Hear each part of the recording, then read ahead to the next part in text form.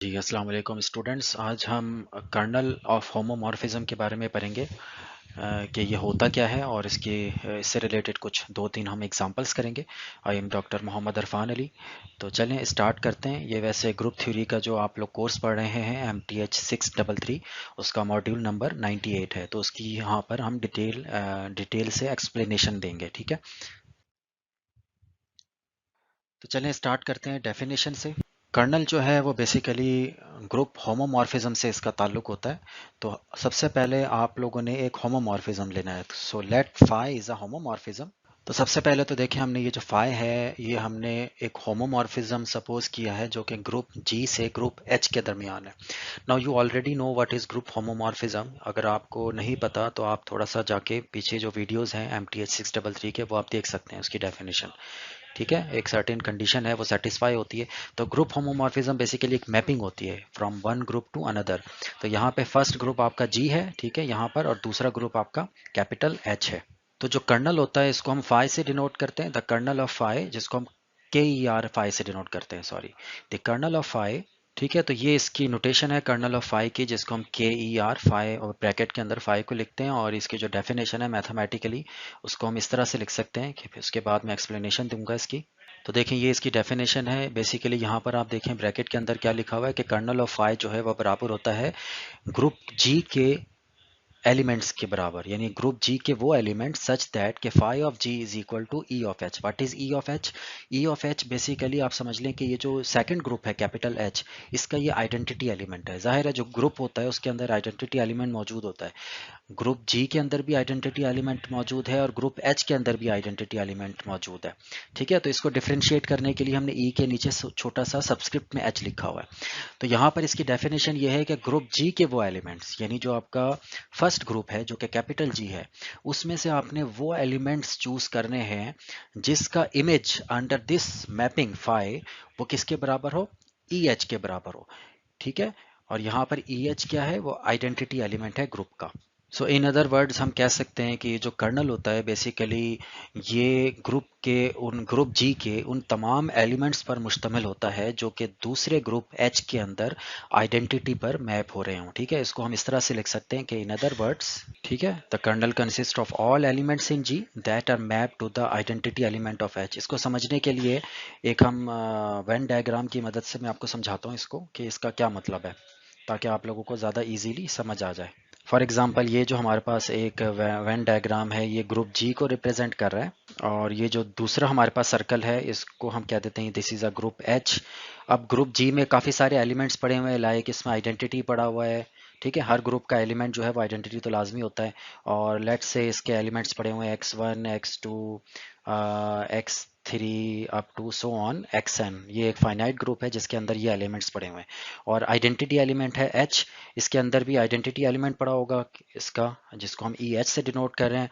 और लेट से और भी एलिमेंट्स इसमें पड़े हुए हैं, लेट से y1 y2 y3 and up to so on yn। Now मिसाल के तौर पे मैं कहता हूँ कि ये जो आइडेंटिटी एलिमेंट है पहले ग्रुप का अंडर दी होमोमॉर्फिज्म ये मैप हो रहा है दूसरे ग्रुप के अंदर आइडेंटिटी एलिमेंट के साथ। ठीक है, जिसको हमने एरो से डिनोट किया हुआ है, और ये एरो क्या है? फाई है।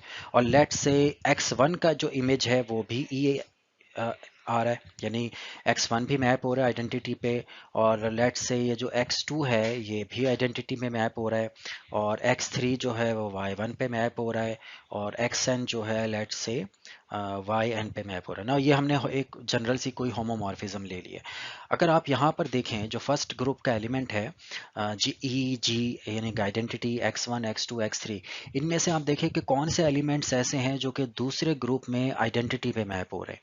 तो आप देख सकते हैं कि जो फर्स्ट एलिमेंट है वो ये वाला है ई जी, दूसरा आपके पास ये है x1, और ठीक है, और तीसरा आपका पास जो एलिमेंट है वो x2 है। तो ये तीन एलिमेंट्स ग्रुप जी के ऐसे हैं जो कि दूसरे ग्रुप के अंदर आइडेंटिटी पे मैप हो रहे हैं। तो अकॉर्डिंग टू अवर डेफिनेशन इस ग्रुप का जो कर्नल होगा वो क्या होगा? ई x1 x2। ठीक है, तो इसको हम इस तरह से लिख सकते हैं कि कर्नल ऑफ फाई जो है वो बराबर होगा ई जी x1 और x2। ठीक है, तो ये जो है आपके पास जो सेट आया है this is called the kernel.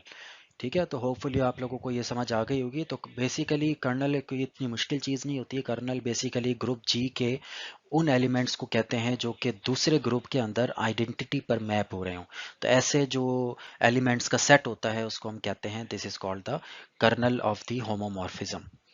ठीक है, इसकी अब हम कुछ प्रॉपर्टीज को डिस्कस कर लेते हैं नेक्स्ट स्लाइड के अंदर। सबसे नंबर वन प्रॉपर्टी ये है कि जो भी आपका कर्नल आता है होमोमॉर्फिज्म का, वो एक सब ग्रुप होता है ग्रुप जी का। ठीक है, तो कर्नल जो भी होगा वो होमोमॉर्फिज्म का वो सब ग्रुप होगा। तो सब ग्रुप का मतलब क्या है कि वो ग्रुप भी होगा, यानी उसमें आइडेंटिटी एलिमेंट भी होंगे, क्लोजर प्रॉपर्टी भी उसमें होल्ड करेगी, और हर एलिमेंट का उसमें इन्वर्स भी मौजूद होगा। So that is called the sub group. और सेकंड प्रॉपर्टी इसकी ये है कि जो कर्नल होता है वो नॉर्मल सब ग्रुप भी होता है। ठीक है, नॉर्मल सब ग्रुप क्या होता है ये आप लोगों को पहले ही मालूम है, जिसमें लेफ्ट कोसेट और राइट कोसेट कर्नल के साथ बराबर होगा। ठीक है, यानी ग्रुप के साथ कर्नल का अगर आप लेफ्ट कोसेट लें या राइट कोसेट लें, अगर दोनों बराबर होते हैं तो ऐसे हम जो सब ग्रुप्स होते हैं उसको हम नॉर्मल सब ग्रुप कहते हैं। और नंबर थर्ड प्रॉपर्टी ये है कि अगर कर्नल के अंदर सिर्फ एक ही एलिमेंट आ रहा है और वो ग्रुप जी का सिर्फ आइडेंटिटी एलिमेंट हो, ठीक है, तो हम कहेंगे कि जो आपके पास होमोमॉर्फिज्म है वो 1 to 1 है, यानी कि इंजेक्टिव है। ठीक है, तो ये बहुत इंपॉर्टेंट प्रॉपर्टी है कि कर्नल के अंदर सिर्फ आइडेंटिटी एलिमेंट आ रहा है। इसका मतलब क्या है कि ग्रुप जी के अंदर सिर्फ एक ही एलिमेंट ऐसा मिल रहा है जो कि आइडेंटिटी पे मैप हो रहा है, और वो सिर्फ आइडेंटिटी खुद है। ठीक है, तो जैसे हमने प्रीवियस एग्जांपल में देखा था कि कर्नल में ई और आइडेंटिटी भी आ रहा था, x1 भी आ रहा था, x2 भी आ रहा था। सो अगर हम x1 और x2 को रिमूव कर दें और सिर्फ कहें कि उसके अंदर सिर्फ एक ही एलिमेंट आ रहा है आइडेंटिटी, तो ऐसे जो मैपिंग होती है, यानी ऐसी जो मैपिंग फाई होती है वो इंजेक्टिव होती है। या इंजेक्टिव को हम कहते हैं 1 to 1। 1 to 1 का क्या मतलब है कि हर एलिमेंट का एक सिंगल इमेज आ रहा है, यानी ऐसा नहीं है हो सकता कि दो एलिमेंट्स के सेम इमेज आ जाएं। तो ऐसा होगा तो वो इंजेक्टिव नहीं कहलाएगा। अगर डिफरेंट एलिमेंट्स के अंदर, यानी डोमेन का जो डिफरेंट एलिमेंट है उसको लें और उसका इमेज फाइंड आउट करें, और वो जो उसका इमेज आए दूसरे ग्रुप के अंदर वो डिफरेंट आए, तो ऐसे जो मैपिंग होती है उसको हम इंजेक्टिव मैपिंग कहते हैं। सो ये तीन प्रॉपर्टीज़ हैं कर्नल की जो कि बहुत इंपॉर्टेंट है। तो अब हम कर्नल से रिलेटेड कुछ एग्जांपल्स करेंगे, उसमें हम देखेंगे कि कर्नल फाइंड आउट कैसे करते हैं। और ठीक है, तो हम चलें नेक्स्ट एग्जांपल देखते हैं उसकी। सो एग्जांपल 1 ये है कि हमारे पास एक होमोमॉर्फिज्म है phi from group of integers to Z5। ये Z क्या है यहाँ पे? Z जो है वो ग्रुप ऑफ इंटीजर है अंडर एडिशन, ये आप लोगों को ऑलरेडी मालूम है। और Z5 जैसा कि आप लोगों को मालूम होता है ये साइक्लिक ग्रुप होता है, जैसे ZN होता है। ठीक है, ZN क्या होता है? Cyclic group of integer modulo n। तो यहाँ पर हमने Z5 लिया हुआ है, which is the cyclic group of integer modulo 5 under addition. ये भी अंडर एडिशन एक ग्रुप होता है। मॉड्यूलो ग्रुप आप लोगों को ऑलरेडी मालूम है, जिसके एलिमेंट्स, जैसे अगर यहाँ पे Z5 है तो इसके अंदर के इसके जो एलिमेंट्स होते हैं वो 5 से डिवाइड करने के बाद जो रिमाइंडर आता है हमारे पास उसके बराबर होता है। तो हमने इस होमोमॉर्फिज्म को डिफाइन कैसे किया है कि phi of m is equal to m mod 5। ये m क्या है? m कोई भी इंटीजर होगा जो कि z में से आएगा, यानी डोमेन का एलिमेंट होगा, और उसका इमेज क्या होगा? m mod 5। m मॉड 5 का मतलब है कि जो भी आपका इंटीजर है, जब आपने उसका इमेज लेना है तो वह 5 से डिवाइड करने के बाद आएगा, वो जाहिर है Z5 के अंदर चला जाएगा। इसको समझने के लिए मैं एक रफ वर्क में आपको समझाता हूँ। लेट्स से मैं कहता हूँ कि व्हाट इज 5 6। 5 6 क्या होगा अकॉर्डिंग टू दिस डेफिनेशन? तो 5 6 का मतलब होगा कि 6 मॉड 5।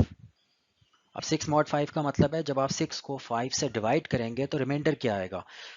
ठीक है, तो 5 1 सा 5 होता है, तो रिमाइंडर क्या आ जाएगा? 1। तो ये आंसर आ जाएगा इसका 1। तो 6 का इमेज 1 आ गया।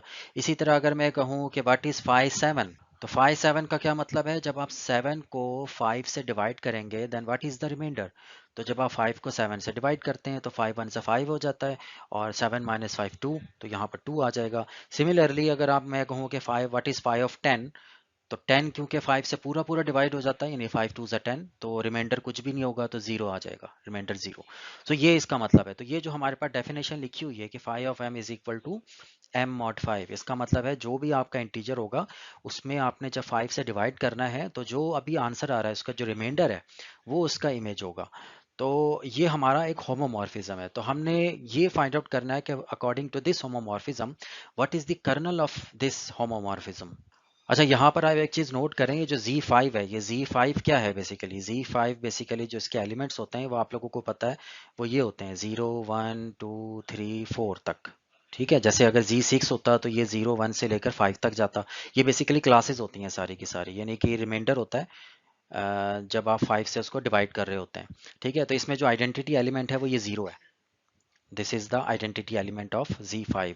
तो हमने बेसिकली इंटीजर में से वो एलिमेंट फाइंड आउट करने हैं, यानी आपका जो क्वेश्चन है वो ये है कि इंटीजर में से वो एलिमेंट फाइंड आउट करें जो कि Z5 में आइडेंटिटी पर मैप हो जाए। ठीक है, यानी कि आपने कर्नल फाइंड आउट करना है ना, तो कर्नल का क्या मतलब है यहाँ पे, kernel of phi is equal to m belongs to the set of integer, यानी सेट ऑफ इंटीजर में से वो elements small m such that कि इसका जो इमेज है वो जीरो हो जाए। इमेज जीरो होने का क्या मतलब है कि m mod 5 equal to zero हो जाए।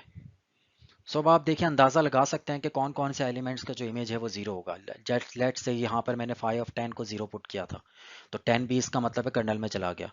तो अब आप देखें कि ऐसे नंबर जो 5 के मल्टीपल हैं वो जीरो हो जाएंगे। मिसाल के तौर पे 10 के बाद 15 आता है, तो 15 का भी जब मैं इमेज फाइंड आउट करूंगा, तो क्योंकि 15 भी 5 से पूरा पूरा डिवाइड होगा, तो हमारे पास उसका आंसर भी क्या आ जाएगा, जीरो आ जाएगा। सो यहाँ पर हम कह सकते हैं कि इसके जो हमारे पास एलिमेंट्स होंगे वो इस किस्म के होंगे, और नेगेटिव में भी हो सकता है, यानी कि लेट से -15 -10 ज़ीरो, यानी ज़ीरो को 5 से डिवाइड करेंगे ज़ीरो ही आएगा रिमाइंडर, और 5 10 15 20 एंड सो ऑन। तो ये एलिमेंट्स वो हैं सारे के सारे जिस इंटीजर्स में से जिसको हम 5 से डिवाइड करें तो रिमाइंडर जो है वो ज़ीरो आता है। तो इन जनरल हम कह सकते हैं कि ये सेट किसके बराबर है, 5Z के बराबर है। What is 5Z? 5Z का मतलब है इंटीजर्स में से वो एलिमेंट्स जो कि 5 के मल्टीपल हो। ठीक है, तो हमने कर्नल को फाइंड आउट कर लिया, और ये कर्नल क्या है, 5Z। तो इन जनरल में अगर आपके कहूँ कि अगर आपका होमोमॉर्फिज्म ये होता, लेट से फाई अगर हम लेते हैं homomorphism from Z to ZN, यानी 5 की जगह में कोई नंबर ले लेता यहाँ पर n, तो इसका कर्नल क्या होता, तो इसका कर्नल सिंपल, जैसे अगर हमारे पास Z5 था तो कर्नल इसका क्या आया था, 5Z। तो जब हमारे पास 5 की जगह यहाँ पर n आ गया, तो इसका कर्नल जो होगा वो NZ होगा। So hopefully you understand it. तो इसी तरह आप देख सकते हैं कि अगर हमारे पास होमोमॉर्फिज्म होता 5 फ्रॉम Z टू Z6, तो उसका कर्नल क्या होता, 6Z, यानी 6 के जो मल्टीपल्स हैं वो होते हैं हमारे पास। अब हम सेकेंड एग्जांपल करते हैं इसकी। तो इस एग्जांपल में हमारे पास जो होमोमॉर्फिज्म है फ्रॉम S3 टू Z2 हमने लिया हुआ है। What is S3? S3 जैसा कि आप लोगों ने पहले पढ़ा हुआ है, this is a symmetric group of order 6, यानी इस ग्रुप के अंदर 6 एलिमेंट्स होते हैं जो कि परमुटेशन ग्रुप कहते हैं इसको हम। ठीक है, और जो दूसरा ग्रुप है Z2, ये आप लोगों को पता है इसके अंदर दो ही एलिमेंट्स होते हैं, 0 एंड 1, तो ये basically this is a cyclic group of order 2। ठीक है, तो ये एक होमोमॉर्फिज्म है, लेकिन अभी हमने होमोमॉर्फिज्म को डिफाइन नहीं किया। तो डिफाइन हम इसको इस तरह से करेंगे कि डिफाइन, तो डिफाइन हमने इस तरह से किया है कि फाई ऑफ रो, ये रो इसको हम कहते हैं, वो जीरो के बराबर होगा अगर रो जो है वो इवन परम्यूटेशन हो। ये रो क्या है, रो जो है बेसिकली S3 का कोई ना कोई एलिमेंट है। अब जरा रिकॉल करें कि S3 के अंदर टोटल 6 एलिमेंट्स हैं हमारे पास। ठीक है, उन 6 में से 3 इवन परम्यूटेशन होते हैं और 3 ही ऑड होते हैं। तो हमने कहा है कि जो रो है अगर वो इवन है, ठीक है ना, इवन परम्यूटेशन है, तो उसका जो इमेज आएगा जीरो होगा, और अगर रो जो है वो ऑड परम्यूटेशन है, ठीक है, तो उसका जो इमेज होगा वो 1 होगा।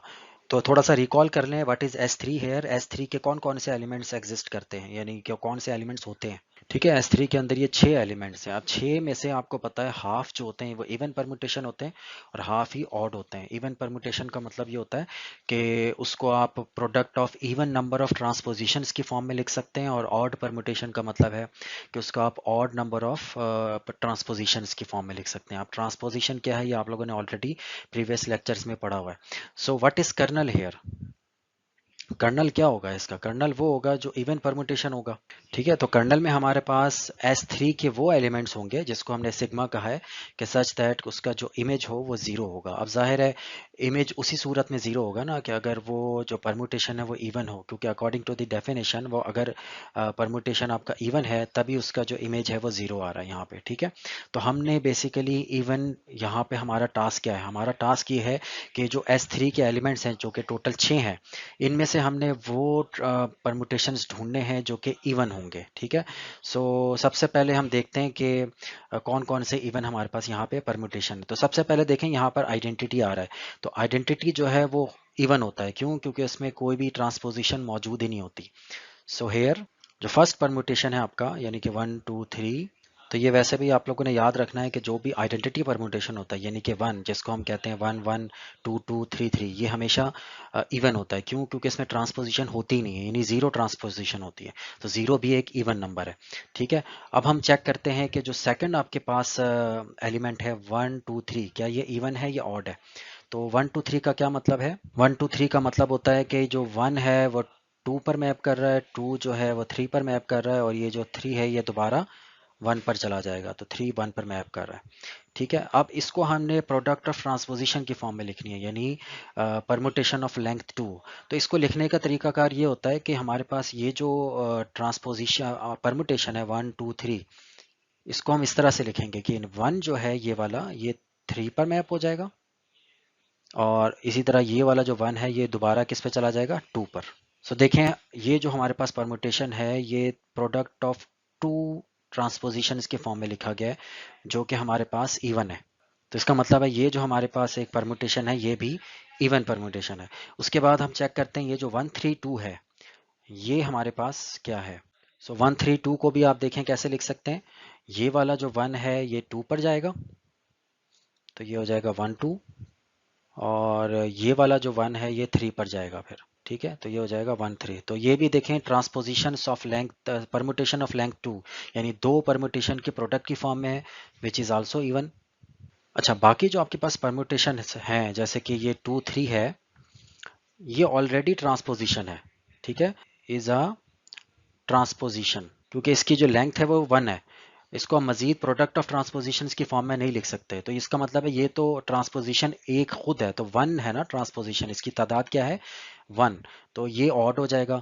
बाकी भी इसी तरह ये जो वन थ्री है और ये जो वन टू है ये भी ऑड परम्यूटेशन है। ठीक है, तो तीन ही आपके पास इवन परम्यूटेशंस आ गई हैं आपके पास। एक है आइडेंटिटी, एक है वन टू थ्री, और दूसरा वन थ्री टू। तो इसका मतलब है यहाँ पर कर्नल जो होगा आपके पास वो इन तीन एलिमेंट से बनेगा। So kernel of phi is equal to one two three and one three to.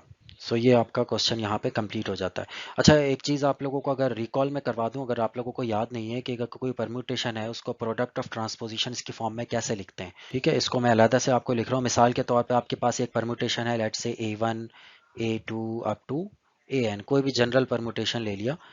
तो इसको जब आप ट्रांसपोजिशन की फॉर्म में लिखेंगे तो आपने क्या करना है, ये जो A1 है इसको आपने मैप करना है लास्ट एलिमेंट के साथ, A1 AN। फिर A1 आपका फिक्स रहेगा। अब AN से पहले जो भी एलिमेंट होगा वो आपने लिखना है, यानी कि AN माइनस वन, फिर A1 AN minus two, up to so on, ये इसी तरह से चलता जाएगा। ठीक है, और जो लास्ट हो गया आपके पास A1 A2 हो जाएगा। सो कोई भी परमुटेशन हो उसको आपने इस तरह से ट्रांसपोजिशन की फॉर्म में लिख सकते हैं। मिसाल के तौर पे अगर आपके पास एक ट्रांसपोजिशन है वन टू थ्री फोर, ठीक है, ट्रांसपोजिशन नहीं, सॉरी, परमुटेशन है, तो इसको आप प्रोडक्ट ऑफ ट्रांसपोजिशन की फॉर्म में कैसे लिखेंगे कि ये जो फर्स्ट एलिमेंट है वन, ये लास्ट एलिमेंट के साथ आएगा पहले, वन फोर, फिर सॉरी ये कॉमन नहीं है इधर, प्रोडक्ट आप लिख ले, फिर फोर से पहले क्या है? थ्री है, तो ये आ जाएगा वन कॉमा थ्री, फिर वन कॉमा टू। सो ये देखें, ये हमारे पास जो ट्रांसपोजिशंस हैं ये तीन है, तो इसका मतलब है ये जो आपके पास वन टू थ्री फोर है ये ऑड नंबर ऑफ ट्रांसपोजिशंस की प्रोडक्ट की फॉर्म में लिखा जा रहा है। तो ये बेसिकली आप कह सकते हैं this is an odd permutation. तो परमुटेशन की दो टाइप्स हो गई, इवन परमुटेशन और ऑड परमुटेशन। इवन परमुटेशन का मतलब है उसमें जो ट्रांसपोजिशंस की तादाद है वो ऑड इवन है, और ऑड परमुटेशन का मतलब है ट्रांसपोजिशंस की तादाद इवन है। तो हमारा क्वेश्चन यही था कि कर्नल ऑफ फाई जो है उसमें हमने वो तमाम एलिमेंट्स फाइंड आउट करने थे जो इवन परमुटेशन में आ रहा है। तो ये हमने देखा कि ये जो one two three one three two और ये जो वन है ये हमारे पास इवन है, बाकी उसमें ऑड थे, तो ये हमारे कर्नल में आ गए। क्यों? क्योंकि कर्नल में हमारे पास हमने जो फाई को हमने डिफाइन किया वो ये था कि अगर इवन परमुटेशन है तो उसका इमेज जीरो आता है, और अगर ऑड परमुटेशन है तो उसका इमेज वन आता है। तो अकॉर्डिंग टू द डेफिनेशन हमारा कर्नल जो है वो इवन नंबर ऑफ परमुटेशन वाले जो एलिमेंट्स हैं S3 के, उन सब के साथ ही हमारा सेट बन गया कर्नल ऑफ फाई। तो होपफुली आप लोगों को ये जो वीडियो लेक्चर है ये अंडरस्टैंड हो गई होगी। So thank you.